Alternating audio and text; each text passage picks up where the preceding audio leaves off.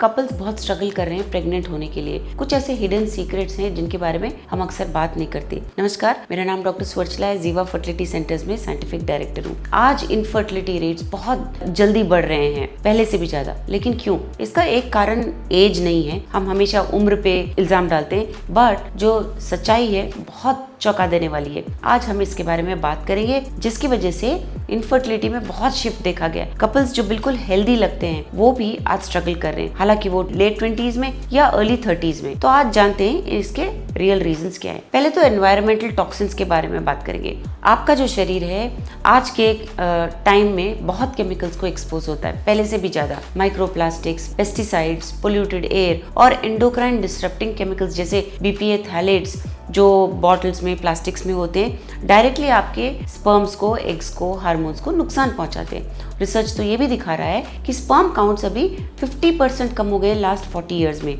ये कोइंसिडेंस नहीं है, ये एक बहुत हानिकारक विषय है। इसके बारे में अवश्य आपको ध्यान देना चाहिए। Lifestyle changes. आज हम अक्सर बहुत कम सोते हैं, बहुत ज़्यादा प्रोसेस्ड फूड खाते हैं, 24/7 स्ट्रेस रहते हैं, बहुत कम हिलते हैं, एक्सरसाइज भी नहीं है।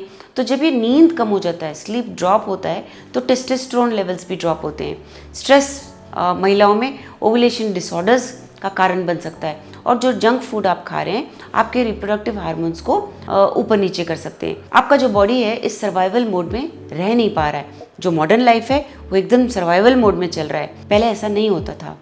डिलेड चाइल्ड बर्थिंग भी एक कारण है। आजकल महिलाएं इनफर्टाइल नहीं है, उनके जो अंडे हैं वो एज हो रहे हैं। 30 तक आते आते सिर्फ 12% अंडों का रिजर्व रह जाता है, 40 तक केवल 3%। तो सोसाइटी जो है करियर को पुश करता है, शादी को डिले करने के लिए और फाइनेंशियल प्रेशर्स पे भी ध्यान देता है, लेकिन फर्टिलिटी जो है वो बैकग्राउंड में जा रहा है धीरे धीरे। इसीलिए अंडों का एज ज्यादा होने के कारण इनफर्टिलिटी ऐसे लगता है कि बहुत ज्यादा हो रहा है। ये नहीं है, बात यह है कि महिलाएं थोड़ा लेट कोशिश कर रही हैं। और कुछ साइलेंट कंडीशंस भी हैं, जैसे PCOS, endometriosis, thyroid disorders, auto immune issues. ये सारे बहुत ज़्यादा हो रहे हैं। बहुत सारे महिलाओं को इनके बारे में पता ही नहीं होता जब तक वो प्रेग्नेंट होने की कोशिश नहीं कर रहे होते हैं। पुरुषों में भी स्पर्म क्वालिटी बहुत कम हो रहा है, और जैसे मैंने कहा पुरुषों में भी जब तक ये टेस्ट ना कराएं तब तक पता भी नहीं चलता। सेक्सुअल हेल्थ चाहे अच्छा हो, स्पर्म क्वालिटी जब तक आप टेस्ट नहीं कराओगे तब तक उसके बारे में पता नहीं चलता। सो इनफर्टिलिटी रेयर नहीं है, ऐसा नहीं है कि बहुत कम लोगों में हो रहा है। ये एक वेकअप कॉल है। आपका रिप्रोडक्टिव हेल्थ सबसे बड़ा गहना है, आपको इसको प्रोटेक्ट करना चाहिए, सबसे बड़ा वेल्थ है। अगर आपको बच्चे नहीं चाहिए वो अलग बात है, लेकिन अगर आप फ्यूचर में प्लान कर रहे हो तो उसको प्रोटेक्ट करना चाहिए।